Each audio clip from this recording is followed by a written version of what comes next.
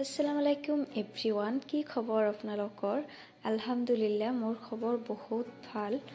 আৰু পুনৰবাৰ আহি গলো আজি আপোনালোকৰ সন্মুখত আৰু এটা নতুন ৰেচিপি লৈ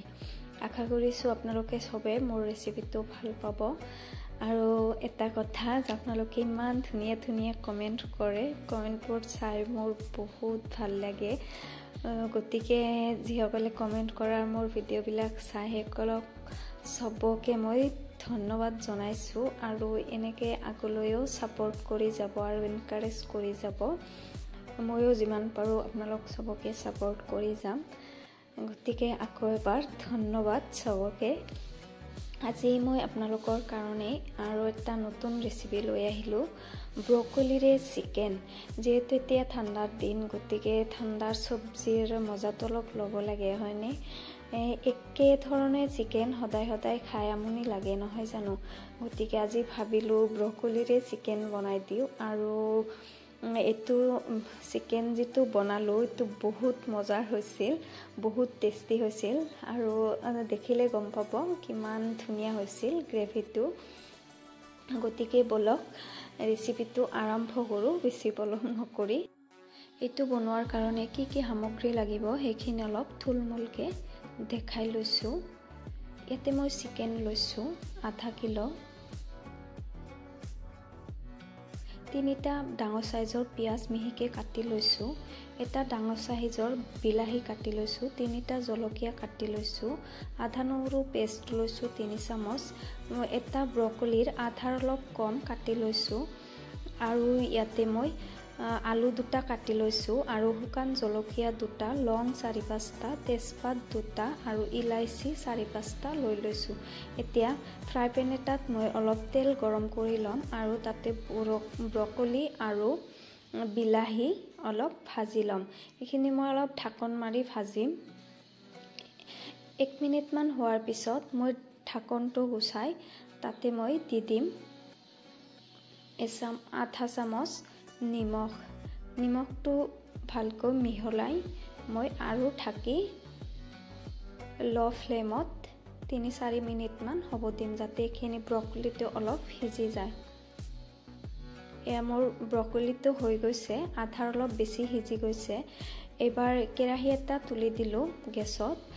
আৰু তাতে মই 3 চামুচ মিঠাতেল দি দিছো আৰু যিখিনি মছলা দেখাইছিলো গোটা মছলা গোটেখিনি ইয়াতে দি দিলো এতে মই আৰু জালুকটো এড কৰিলো 6-7টা মান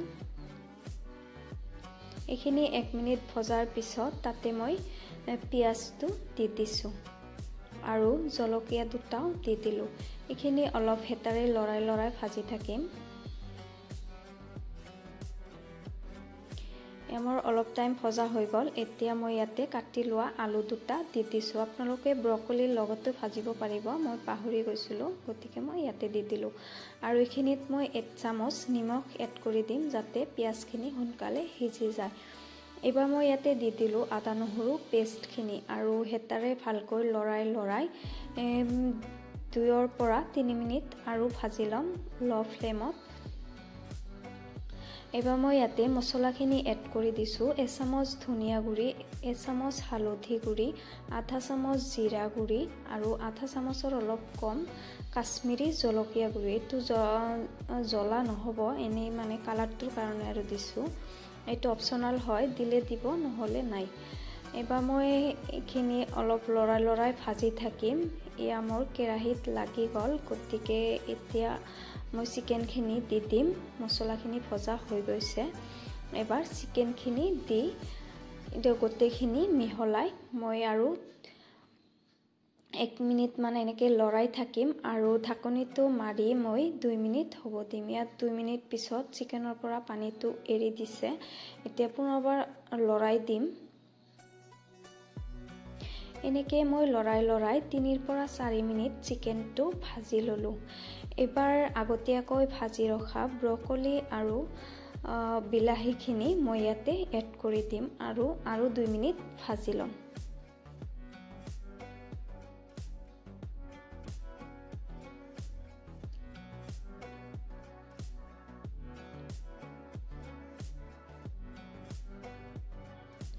2 মিনিট ভজাৰ পিছত ইয়াতে মই এতিয়া পানী এড কৰি দিছোঁ 2 কাপ আপোনালোকে জোল বেছি ৰাখিলে পানীটো বেছিকৈ দিব আৰু মই গ্ৰেভি টাইপ কৰিছোঁ গতিকে মই ইমান পানী নিদিওঁ আৰু ব্ৰইলাৰটো এনেও সোনকালে সিজি যায় আৰু মোৰ ব্ৰকলি আৰু বিলাহীটো আগৰ পৰাই সিজা আছিল গতিকে মই পানীটো কমকৈ ব্যৱহাৰ কৰিছোঁ এতিয়া আপুনি এইখিনি ঢাকন মাৰি 6-7 মিনিটমান হ'ব দিব আৰু মাজে মাজে লৰাই থাকিব ফ্লেমটো একদম লট নাৰাখিব মিডিয়াম ৰাখিব গতিকে ইয়া মোৰ হৈ গৈছে আৰু আপুনি যিমান পাৰে এইটো উতলাব বেছি টাইম উতলালে টেষ্টটো আৰু বেছি আহে ইয়া মোৰ ৰেডি হৈ গ'ল এবাৰ গেছৰ ফ্লেমটো মই অফ কৰি দিছোঁ আৰু এতিয়া আপোনালোকক সাৰ্ভ কৰি দেখাম চাওকচোন গ্ৰেভিটো কিমান ধুনীয়া হৈছে হয়নে গতিকে এনেকৈ ট্ৰাই কৰি চাব আৰু যদি মোৰ ৰেচিপিটো ভাল পাই থাকে মোৰ চেনেলটো সাবস্ক্ৰাইব কৰিবলৈ নাপাহৰিব আৰু ভিডিঅ'টোত এটা লাইক কৰি দিব আৰু কমেন্ট কৰি জনাব কেনে পালে গতিকে পুনৰবাৰ লগ পাম আৰু এটা নতুন ৰেচিপি লৈ তেতিয়ালৈকে বাই বাই